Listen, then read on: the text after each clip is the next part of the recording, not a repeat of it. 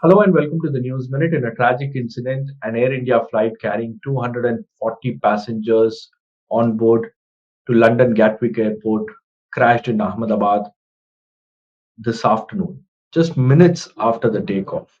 What went wrong? We do not know. The authorities are looking into this issue. The Prime Minister's office, the Home Minister's office, the Civil Aviation Ministry, they're all looking into this matter. An earlier report suggested that there were no survivors in this incident, but now we are getting information from local authorities that there is one survivor who is a British national. And the flight crashed in a densely populated area, so the death toll could go up, is what we are getting to hear from the Gujarat government authorities. To talk about this incident, I have with me Captain Mohan Ranganathan, who is an aviation expert. So, thank you so much for talking to us. What is your initial observation of this particular accident, sir? To me, it appeared like a, a compressor stall due to bird ingestion, because that's what Ahmedabad is notorious for birds. And I had even written an article in Hindu almost 18 years back, warning that Ahmedabad is a notorious place for birds. And you see, there are rules, ICAO rules and DGCA, that for 13-kilometer diameter, you cannot have garbage dumps, you can't have slaughterhouses, and so many restrictions are there. And that is violated everywhere because of political reasons. And nobody has the will to stand up and tell the political bosses that no, it has to be done. And I had even warned and had said that someday a big airline is going to crash. And I don't know whether you remember a few years back, a small aircraft crashed in Begumpet, Hyderabad, and the fire rescue could not reach because of narrow lanes and crowded locality. The same thing happened in Bombay when that one crash took place in Ghatkopar. So I had written about that, saying that you allow mushrooming of structures without taking care. Airport is not just a runway and fancy buildings. They want to expand, they want to have all the fancy buildings, but when you look at the surroundings, very few, I would say that maybe something like Cochin or Bangalore and Hyderabad, very few airports have built in a safe environment, but none of the others. So this, I feel, when he took off, he must have had bird ingestion at a fairly high speed, just close to his V1 speed. And he might have had a compressor stall, because I had a couple of WhatsApp messages saying that there was a loud thump, and then everyone's talking of his aircraft climbing to 600 feet, 625 feet. But Ahmedabad elevation is 200 feet. So really speaking, he's climbed only 400 feet. If you don't have thrust in both the engines, fully loaded aircraft on a hot day, there's very little a pilot can do. And as is the norm in all accident investigation in India, they'll get an air marshal to head the team, and they'll blame the pilot. There's a saying for us that when a pilot is dead, bury him. If he's alive, hang him. So either way, they'll try to find fault, not with the airline, not with the regulator, not with the airport authority or the local authorities. They'll blame the pilot. But, you've lost 200 plus lives if there are no survivors, and plus many on the ground. This is a wake-up call for Indian aviation. And whatever investigation team that they arrange, you got to have independent, strong-willed persons who are not just signing on a dotted line. If you fill it up with chamchas, you're not going to find out the truth. Sir, what could have happened, sir? Like the flight took off, and within minutes there is an accident. What could have happened? See, if this was a long flight, Hmm. Ahmedabad to Gatwick, okay, though the 787 can do a longer range, it was 40 plus degrees temperature. And because of the airspace closure in Pakistan and maybe in some parts of the Middle East, the aircraft is going to be taking a longer route. So they must be having full tanks, maybe or extra fuel to cater for the extended route. So this is a fully loaded aircraft and high temperature. When you have high temperature, the engine performance drops because density drops. And you have loss of thrust due to bird ingestion. There's very little you can do to gain.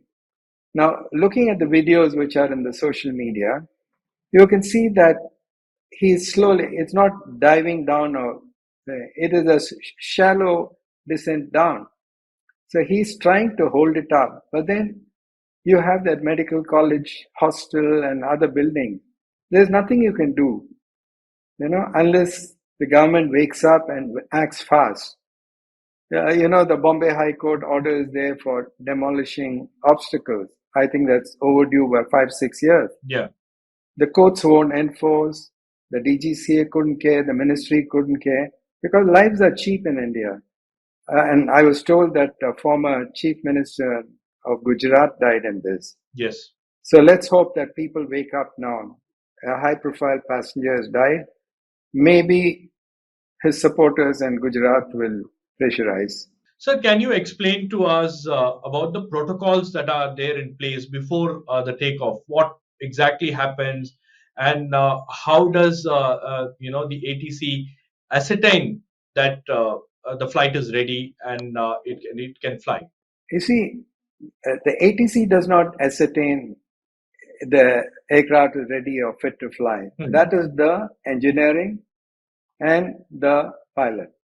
Now, depending on the weather conditions, en route and departure, your takeoff weight is calculated, which is based on weight and temperature and altitude. Now here, it is 200 feet elevation, but then when you take the temperature and the low density because of the high temperature, it will be almost like 1,000 feet elevation. And because of that, the runway that you're using requirement will be longer. So he's going to be using the full takeoff. I don't think, even though there are WhatsApp messages flowing around, he did a intersection takeoff. I don't think any sensible captain will do that. And he would have used the full runway.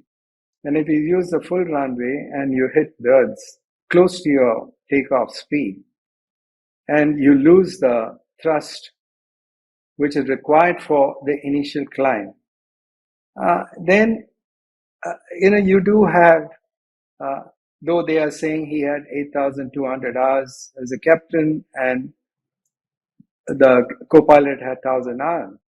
But what is important is how many hours on the type that both of them had. And we have so many stories about fatigue and Air India pressurizing people, Indigo pressurizing people. When you are under fatigue management thing, you will find that the reaction time is slow. So even a 2-second delay in his reaction can cause a major chaos here. Now, if you look at the way he has flown that you can see the aircraft nose is lifting. As it is, there is no thrust because of high temperature. And you have notorious updrafts and thermals in Ahmedabad. So if he had hit one of those thermals at that point and the nose lifts up, you can stall the aircraft. So I think he has tried to clear the building by raising the nose. But because he had no thrust, he must have stalled the aircraft.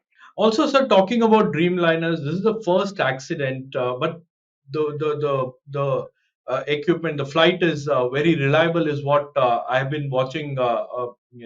Several experts commenting about it. To talk about Dreamliners, they say that it's very reliable, and something like this has happened in that aircraft is absolutely shocking. No, you see, I came back from Singapore a couple of days back, on a Dreamliner, Singapore Airlines. I found it exceptionally good, and I've flown other airlines also using the 787s. It's a very, very good aircraft, and it is very well equipped. And uh, a failure like this does not happen. It's unthinkable that you have a dual engine failure. The only reason it can fail is due to a bird strike on both the engines. After all, you have the case of Sully's aircraft with dual engine failure. But then he had the advantage of 2,700 feet when his engines failed. And these pilots have had less than 400 feet when they had that. So it is not something where you can blame. Of course, I can bet that the investigators will try to either blame the Air India maintenance or they'll blame the aircraft and they'll definitely blame the pilots. But they will not accept that there were birds there. They'll come up with some excuse or other, and you'll have a committee which will sign on a dotted line and blame the pilots. So it is time that the traveling public realize that training and safety are the priority for any airline and not a commercial. You can make any amount of profit. But what will happen is if you see the first few images which came on television, they said an incident. It was a clear-cut accident. An incident is not when you have a damage or a fatal accident. So they tried to mask the terminology by using terms like incident. This is a clear-cut accident, and it's not an accident. It was an accident waiting to happen in Ahmedabad. Also, sir, the DGCA initial information from the DGCA was there was a Mayday call, and the and minutes after that, everything went blank. So, what could have happened in the aircraft, and how will we know that what exactly had happened, and what was the pilot's situation? Now that he is given a Mayday call is given that an emergency is imminent. Otherwise, he would have, if it's something which he can handle, he would have given what's called a pan call to alert the ATC. When you give a Mayday call, it's a clear indication that you got imminent danger. So he's given priority. Now, an ATC should not be calling him at that point okay, you can give one call, but if you keep saying that there were no responses, when you're 400 feet above ground and you've got a major emergency, there's no time to answer a radio call. Listen and register the call. So even the air traffic control should not have been pressing with calls at that point. In fact, another thing where I take serious objection to the DGCA statement, they gave the name of the pilot and the co-pilot. It is mandatory that you do not disclose the name of the crew. This is what happens when you appoint babus into positions that they don't even know the subject. And this is the main problem with India. You keep bringing in babus. They may be administrative trained for other things, but there are zeros as far as aviation is concerned. You cannot disclose the name of the pilot and the co-pilot and the crew names in public.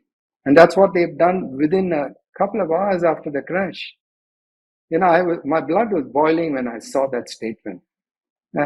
There's no wonder that I keep calling a friend of mine, Captain Lumba, and we refer to them as duffer generals, or we call them morons, because they don't know. This is a very serious thing. The trauma that goes through the families. Another thing I have to tell you, all international airlines have a trauma center. They will address and they assist the victims of a crash.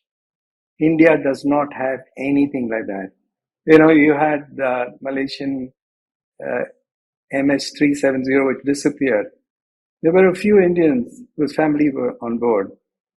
Nobody has reached out. There is no system in India where you take care of the families. Here, everyone is worried.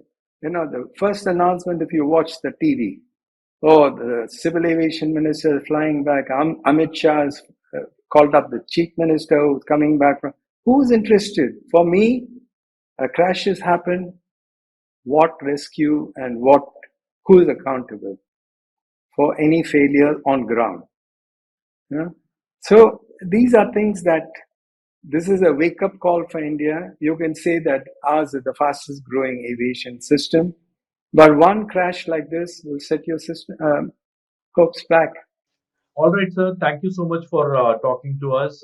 This is a developing situation. So we are yet to get a clear picture as to what exactly went wrong, what exactly happened. And we hope that the investigations take place and the public gets to know as to what exactly happened and where does the government fixes the accountability. So we will be keeping a close watch on the story. So if there are any developments, we'll come back to you, sir. Thank you so much. Okay. Bye, Shabbir.